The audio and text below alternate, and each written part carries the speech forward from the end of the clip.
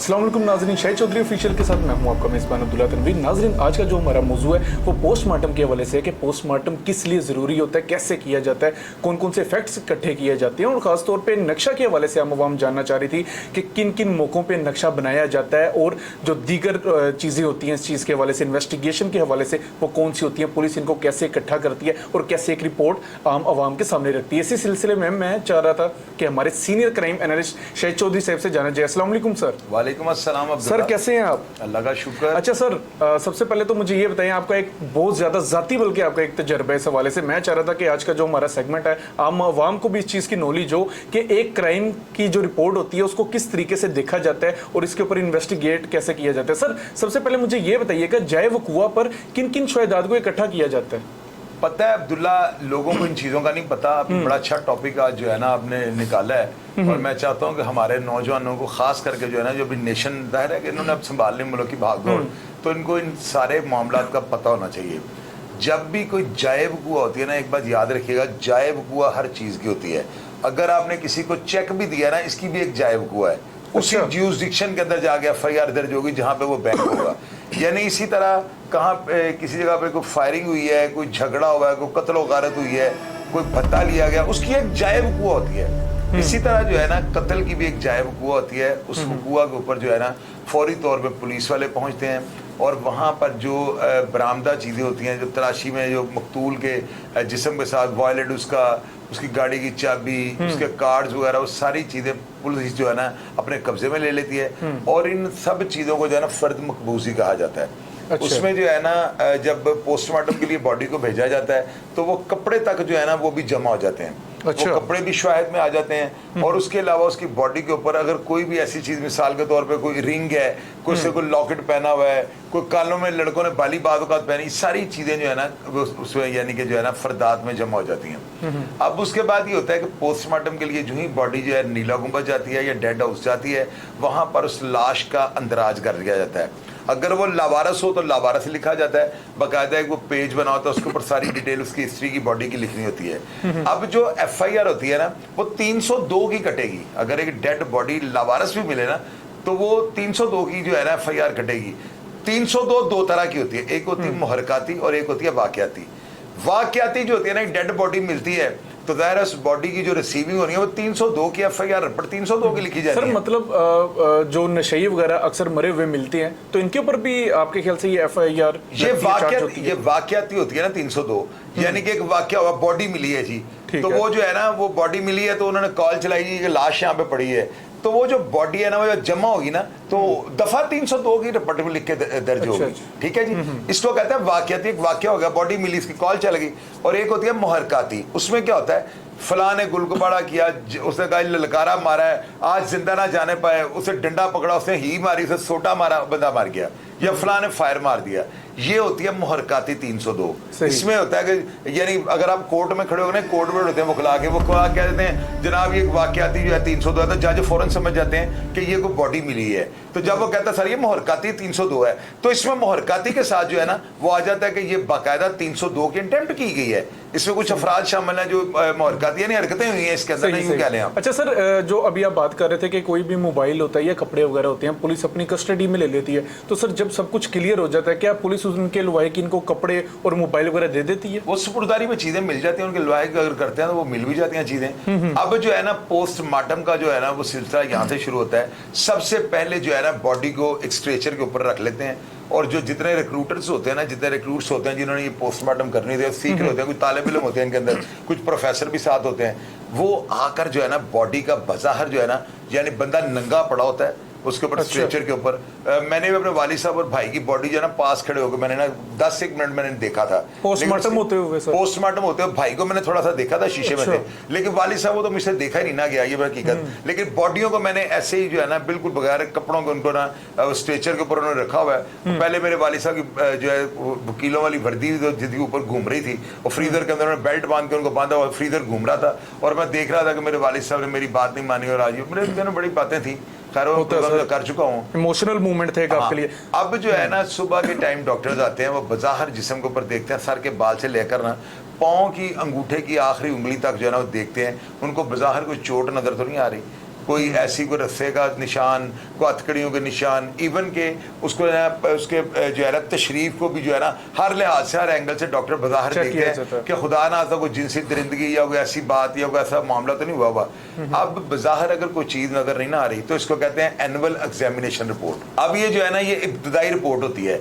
इस रिपोर्ट के बाद जो है ना जो थाने में जाती है इसकी रिपोर्ट, तो उसके मुताबिक जो है ना पुलिस वाले वहाँ पे आकर सारा कुछ शायद देख के ना, और वो जो चीज़ें बरामदा होती हैं बाहर कोई निशान नहीं है, ये फर्स्ट एनुअल एग्जामिनेशन रिपोर्ट को देकर ना FIR काट देते हैं। तो इसको सर फाइनल रिपोर्ट कहा जाता है? नहीं, फाइनल रिपोर्ट ये नहीं ना होती।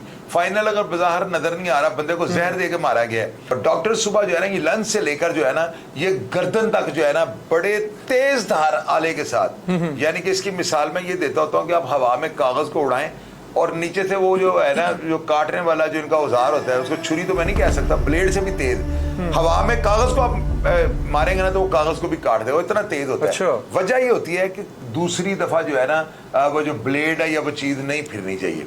वो कितनी भी ताकतवर बॉडी हो, वो एक दफा डॉक्टर्स फिरते हैं लाइन में तो सारी बॉडी कट जाती है। उसके बाद आपके स्टोमक को जो है ना जैक से खोल देते हैं जितना आपकी डिमांड हो डॉक्टर्स की। उसके बाद जो है ना तमाम चीजें बॉडी के अंदर से वो निकाल लेते हैं, आपका स्टोमक, वो सारी चीजें, दिल वगैरह जो अंदर आपकी चीजें ना सारा उन्होंने निकाल लेना है, और उसको अलग से पॉलीथीन के बैग में डालकर जो है ना उसको फराजिक के लिए सीलें लगा के उसके ऊपर उसको भेज देते हैं। तो सर अगर लवाइकिन का प्रेशर हो के हमारे बंदे की हमें बॉडी दो, तो वो बॉडी फिर खाली देते हैं क्या? बॉडी खाली होती है।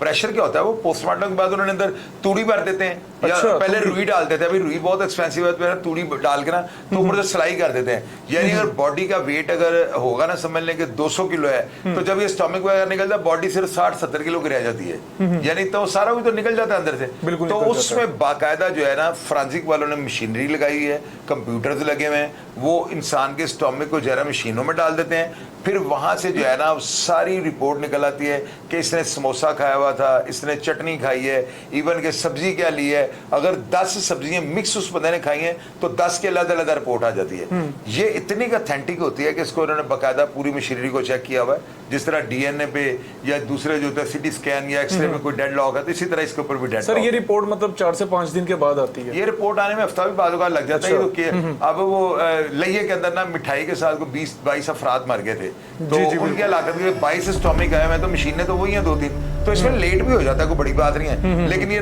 नतायज जो है ना 100% आते हैं। अच्छा सर मुझे ये बताइएगा, नक्शे के हवाले से ना आम आवाम बड़ा चाह रही थी कि हमें पता तो चले ये नक्शा है क्या, तो सर ये कहीं भी अगर कोई हादसा सानिया पेश आ जाता है तो मौके पे नक्शा बनाया कैसे जाता है? ये होता ये है कि आप FIR का मजमून पढ़ते हैं ना, उसमें लिखा होता है वो जो गालिब है वहाँ पे खड़ा था, जाफर वहाँ पे खड़ा था, वो जो उनकी बहन नसरीन थी उन्होंने ललकारा मारा है और उन्होंने जप्पे डाल के, यानी कि वकूआ लिखा होता है। अब उस वकूए को जो है ना पेंसिल वर्क के साथ ये नक्शा नवीस जो होता है ना, ये सरकारी एहलकार होते हैं, ये पेंसिल की मदद से ना उस पूरी FIR का नक्शा बना लेते हैं। अब उसमें उन्होंने लिखना होता है कि बॉडी किस तरह पड़ी हुई है। आपने देखा होगा अक्सर बॉडी जहाँ पे कोई इस तरह इंसिडेंट हो ना, वहाँ पे चौक वगैरह ईंटें लगा के उस जगह को कवर कर देते हैं। अब उसमें जो है ना ऐनी शायद उनसे ये पूछा जाता है बॉडी का सर किधर था, बॉडी की टांग किधर थी, उसके मुताबिक नक्शा नवीस जो है ना एक कार्टून बनाता है और उस कार्टून को उस जगह पर ऊपर लेटा हुआ दिखाता है, और फिर वो बताता है उसके जिस्म पे जितने सुराख होते हैं ना जो बॉडी में आए होते हैं उनके मुताबिक ABCD इस तरह करके उसको पेंसिलिंग कर देता है। अब वो जो उसकी सीक्वेंस होती है ना वो साइड पे लिखी होती है कि A पे जो है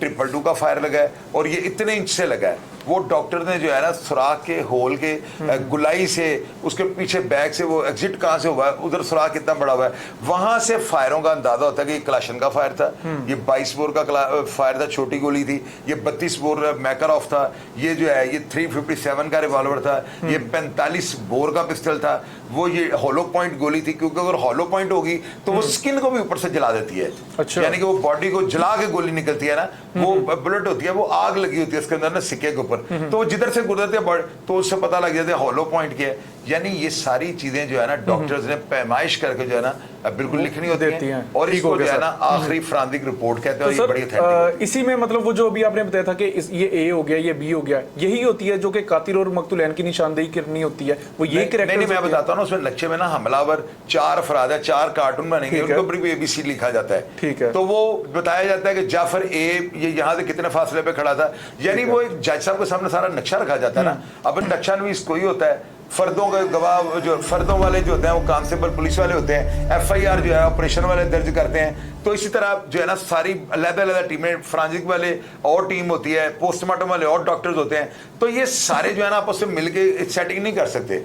असल मकसद ये होता है कि हर बंदा अपना अपना काम करे ताकि कत्ल के बारे में जो है ना किसी बेगुनाह को सजा ना हो जाए। सर ये जो नक्शा बनाते हैं ये कौन से लोग होते हैं? ये नक्शा नवीस होते हैं, सरकारी एहलकार होते हैं, अच्छा, बड़ा सरकारी डिपार्टमेंट है। एहलकार होते हैं। ये अच्छा। अलग से आते हैं, इनको इतला हो जाती है कि फलां इलाके में जो है मर्डर हुआ है, तो ये फौरी तौर पे अपनी बाइक या स्कूटरों के ऊपर वहां पे पहुंच जाते हैं और ये अच्छा, नक्शा अच्छा। बनाते हैं। उसमें लिखना पड़ता है कि बॉडी का सर जो है ना शरकन था, इसके पाँव जो थे वो जनूब की तरफ थे, ये शिमाल की तरफ इसका हाथ था। वो पूरा नक्शा बनाया जाता है, जैसे बॉडी पड़ी होगी ना वैसे वो नक्शा बनाएगा ताकि पता लग सके फायर मारने वाला कहाँ पे खड़ा था। ये मौत वाकया जो है 222 बोर की गोली से हुई है और ये 222 बोर की गोली है ना दिल के पास लग गई है।